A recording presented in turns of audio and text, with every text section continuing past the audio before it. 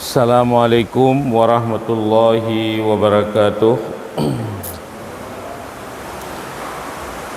Innal hamdalillah nahmaduhu wa nasta'inuhu wa nastaghfiruh wa na'udzu billahi min shururi anfusina wa min sayyiati a'malina.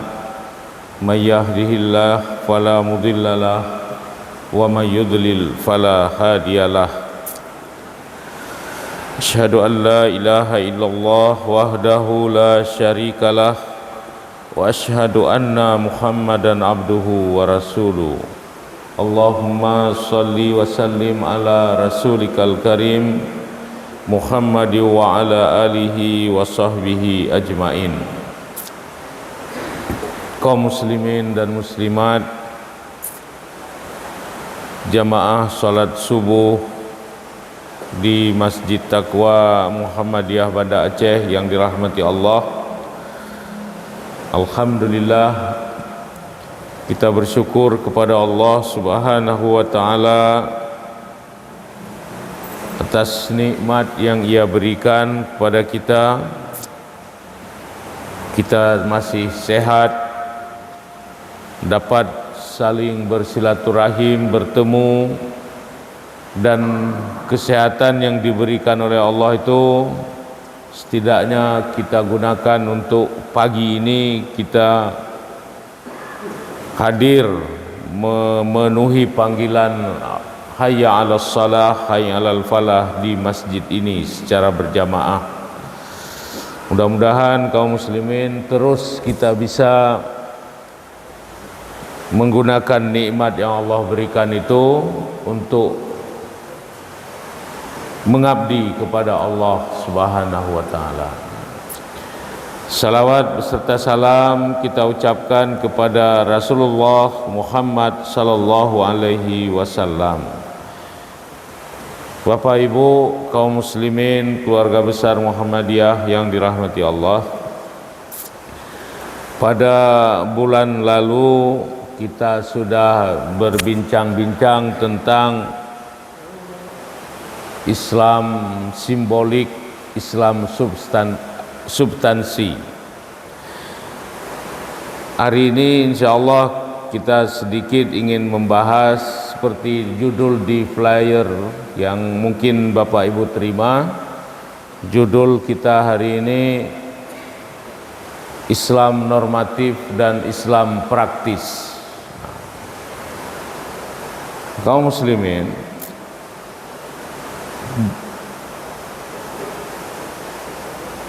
salah satu pertanyaan yang pernah diajukan orang kepada saya, mungkin sudah lama sekali, sekitar ya tahun 96 itu, berarti hampir 25 tahun. Pertanyaannya adalah,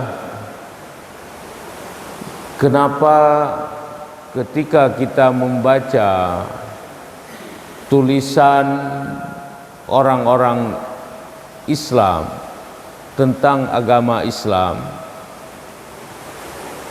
maka gambaran Islam di dalam tulisan itu pasti bagus sekali. Lalu dia sebutkan contoh, misalnya katakanlah kita ambil contoh tulisan Islam tentang Islam oleh orang Islam, misalnya Dr. Yusuf Qaradawi. Yusuf Qaradawi ini kita tahu seorang ulama besar ya di Mesir, tapi sekarang dia tidak menetap di Mesir. Nah, dia banyak menulis tentang Islam. Al-mar'atu fil Islam misalnya, wanita dalam agama Islam. Al-adlu misalnya dia tulis, keadilan dalam Islam. Banyak hal dia tulis tentang Islam dengan topik-topik kontemporer masa kini. Pasti dalam tulisan itu dia gambarkan Islam itu bagus sekali. Islam mengangkat harkat wanita, Islam itu sesuai dengan hak azazi manusia, Islam itu memberantas kemiskinan semua. Kalau orang Islam menulis Islam, maka yang dia tulis itu bisa dikatakan prediksinya apa? Gambaran tentang Islam itu pasti bagus. Tetapi kenapa kaum muslimin ketika agama Islam ini ditulis oleh orang-orang non-Islam, katakanlah orientalis barat itu, dari zaman dulu abad pertengahan sampai dengan sekarang, seringkali gambaran Islam itu kemungkinan besar jelek. Dia sebut Islam itu menjajah perempuan, wanita tersubordinat di dalam masyarakat Islam. Islam tidak menghormati hak azazi manusia. Macam-macam dia tulis gambaran tentang Islam. Dan bahkan bisa jadi ya kaum muslimin mereka akan menulis Islam itu ya seperti yang diterbitkan oleh satu lembaga penelitian Indonesia itu tahun 70-an. Islam itu penghambat pembangunan. Islam ini tidak cocok dengan era modern. Nah, ini gambaran kita lihat kenapa terjadi perbedaan seperti ini. Nah, inilah yang sedikit kita ingin sampaikan kita bahas di pagi ini kaum muslimin ya. Inilah yang kita maksud dengan Islam praktis dan Islam normatif dan Islam praktis. Nah, kaum muslimin yang dirahmati Allah, di dalam studi-studi tentang Islam itu kenapa terjadi perbedaan gambaran tadi itu karena masing-masing pihak, baik orang Islam yang menulis Islam ataupun orang orientalis yang menulis Islam, temanya sama Islam, tetapi sumber rujukan yang dia jadikan rujukan dalam tulisan itu berbeda. Nah, ini kalau orang Islam menulis tentang Islam, seperti saya katakan tadi, katakanlah kita ambil contoh Syekh Yusuf Qaradawi tadi, ketika dia menulis Islam, rujukan utama yang dia gunakan adalah Al-Quran dan As-Sunnah. Nah, misalnya ketika dia mengatakan Islam itu memberantas kemiskinan, maka dia angkat ayat-ayat Al-Quran yang menyebutkan tentang katakanlah zakat, infak, bagaimana anjuran Allah agar orang Islam ini mau berinfak dan sebagainya. Misalnya diangkat ayat A'udzubillahi minasyaitonirrajim, misalnya Masalul ladzina yunfiquna amwalahum fi sabilillah kamasali habbatin ambatat sab'a sanabil fi kulli sumbulatin mi'atu habbah. Nah, maka dalil yang digunakan sumber untuk mendukung bahwasanya Islam itu amat menganjurkan orang untuk memberantas kemiskinan, yang dia gunakan ayat-ayat Al-Quran. Ketika dia bicara tentang bagaimana penghormatan Islam terhadap kaum wanita misalnya, maka yang diangkat adalah ayat-ayat yang berkaitan dengan bagaimana posisi laki dengan perempuan di dalam Islam itu adalah sederajat, sama. Inna akramakum indallahi atqakum. Tidak ada beda laki dengan perempuan, semua sama. Yang membedakan itu takwa. Diangkat ayat-ayat seperti itu.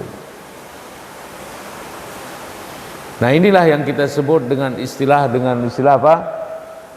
Islam normatif. Nah. Tetapi kaum muslimin yang dirahmati Allah, ketika kaum orientalis menulis tentang Islam, yang dia jadikan rujukan itu bukan ayat Al-Quran, bukan yang dia jadikan rujukan itu hadis, bukan sejarah Rasul yang dia angkat sebagai rujukan, referensi mereka ketika membahas Islam. Tetapi apa yang dia jadikan rujukan? Yang dia jadikan adalah perilaku umat Islam. Perilaku umat Islam.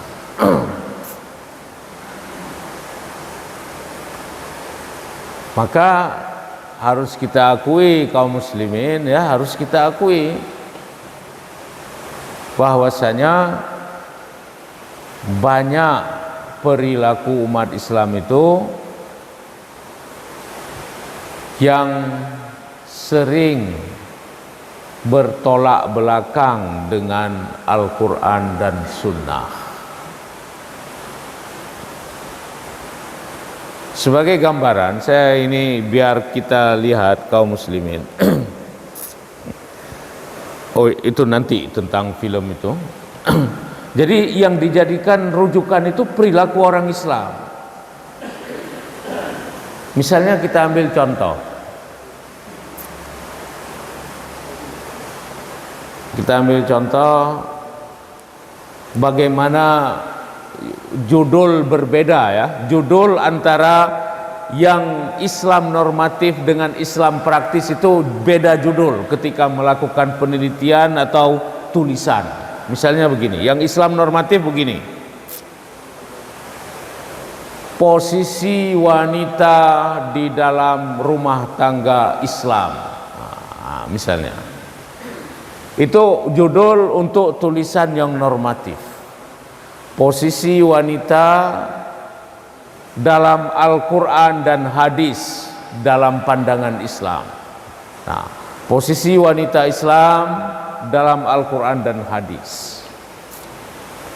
Maka kalau kita baca buku itu yang judul seperti itu, pasti isi buku itu berbicara tentang ayat hadis tentang wanita di dalam Islam, dalam Al-Quran maksud saya.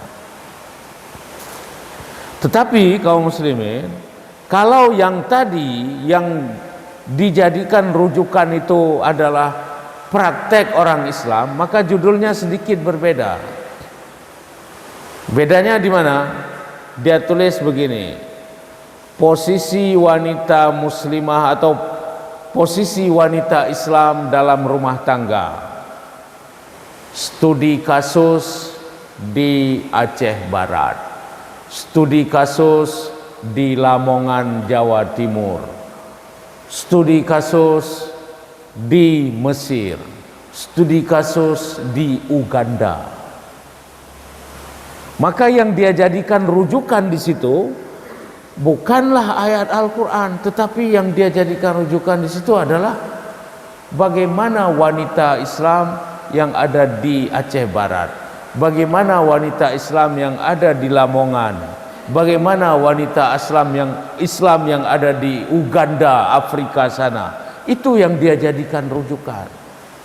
Jadi praktek sehari-hari. Maka harus kita akui kadang-kadang perilaku antara bagaimana posisi wanita tadi di dalam masyarakat realitas itu berbeda kadang-kadang dengan apa yang seharusnya dalam Al-Quran.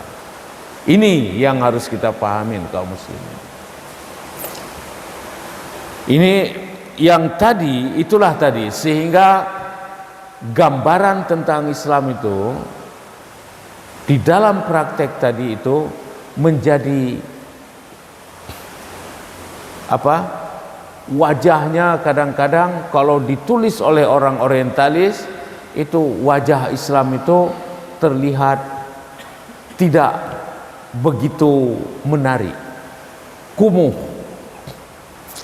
Saya ambil contoh begini kaum muslimin. Pernah ini pengalaman waktu nonton belajar di Australia dulu ya. Kami salah satu belajarnya itu diputar film. Nah, sebelum dari nonton film itu lalu diskusi kita tentang film tadi. Kebetulan pelajaran kami di semester itu adalah Anthropological Studies of Religion. Artinya bagaimana antropologi, ilmu antropologi mempelajari agama. Nah, bagaimana studi antropologi itu terhadap agama. Jadi di minggu pertama dan kedua itu kami disuguhi film tentang kehidupan agama Kristen. Salah satunya misalnya yang saya ingat itu bagaimana kehidupan biarawati di dalam asrama mereka. Jadi film itu ditampilkan. Setelah itu diskusi. Pas minggu ketiga atau keempat sampai kepada topik agama Islam. Saya teringat itu. Lalu diputarlah satu film yang berjudul Muslim in Kurdistan, masyarakat Islam Kurdistan.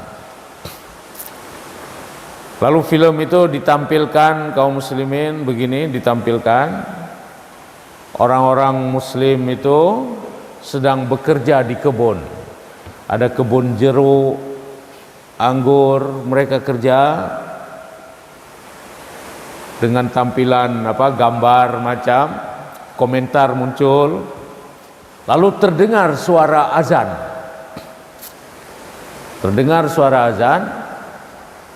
Lalu muncul komentar di film itu, orang Islam diwajibkan sholat 5 kali satu hari. Lalu akhirnya kaum muslimin,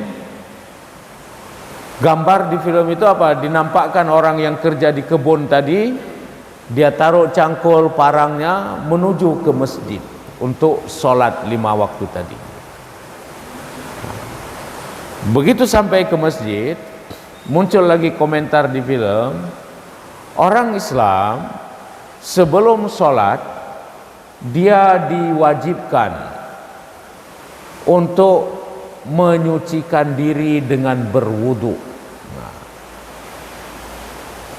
Dan memang betul, kita wajib sholat 5 waktu 1 hari semalam.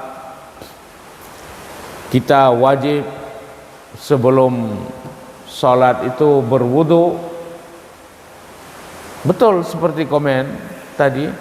Tetapi apa yang terjadi kaum muslimin? Dinampakkanlah cara berwudu mereka.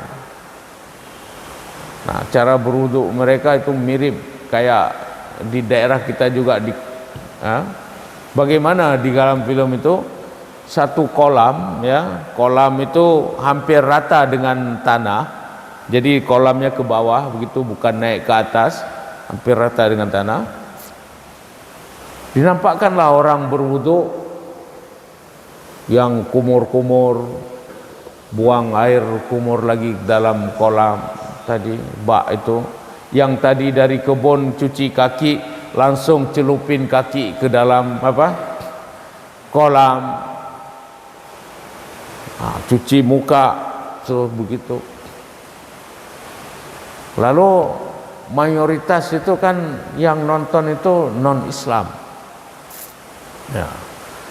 Ada yang teriak ya, sedikit menutup mulut, ada yang bilang yaki. Yaki itu ya apa itu? Jorok itu. Nah, tiba-tiba saya ditanya oleh satu mahasiswi ya. Dia tanya, betul seperti itu Islam katanya. Nah, sekarang kalau pertanyaan itu saya serahkan ke jamaah, bagaimana jamaah jawab? dia tanya ke saya, betul Islam seperti itu? Kalau saya katakan enggak, bukan begitu Islam, tapi yang dia saksikan di dalam film itu adalah orang Islam. Nah, jadi ini kaum muslimin, bahwasanya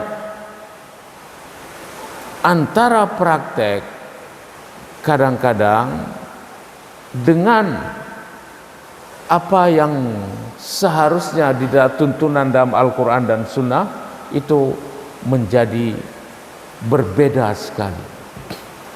Inilah yang menjadi satu hal. Nah, akhirnya saya jawab saja ke tadi. Saya bilang minggu lalu ketika saya nonton film tentang biarawati di gereja itu, saya nggak tahu tentang agama Kristen, tapi saya mendapat kesan, oh begitulah agama Kristen, karena biarawati itu hidup di asrama dengan tertutup macam, jadi nggak begitu inilah. Lalu saya bilang kalau kita buka di dalam kitab mereka boleh jadi tidak seperti itu. Nah gitu juga Islam, saya bilang. Apa yang Anda lihat tadi itu belum tentu begitu kalau kita lihat dalam tuntunan Al-Quran. Saya bilang begitu saja. Dia angguk-angguk, entah paham atau mau tanya lagi, tapi begitulah. Padahal kalau film itu di syuting, bukan di Kurdistan tadi. Kalau film itu di syuting di Masjid Istiqlal misalnya, film itu di syuting di Masjid Raya Baitur Rahman, dinampakkan orang berwudu dari keran, tidak mencelupkan seperti tadi itu, maka kesan akan berbeda. Oh, Islam itu rupanya hebat. Jadi inilah kaum muslimin, bagaimana kita kadang-kadang di dalam kehidupan kita ini harus kita akui bahwasanya kita mempraktekkan Islam itu tidak seperti yang ada di dalam tuntunan Al-Quran dan Sunnah Rasul Sallallahu Alaihi Wasallam, sehingga kesan yang muncul ke permukaan bagi orang-orang yang sedang mempelajari Islam, maka inilah yang sering disebut kadang-kadang sehingga orang memunculkan kesan, wah Islam itu bengis, Islam itu kejam, Islam itu segala seperti itu. Nah, kaum muslimin yang dirahmati Allah, yang ingin kita katakan di sini apa? Dengan studi seperti tadi, kalau kita angkat contoh-contoh yang lebih panjang lagi banyak. Bagaimana antara praktek dengan tuntunan itu berbeda sekali.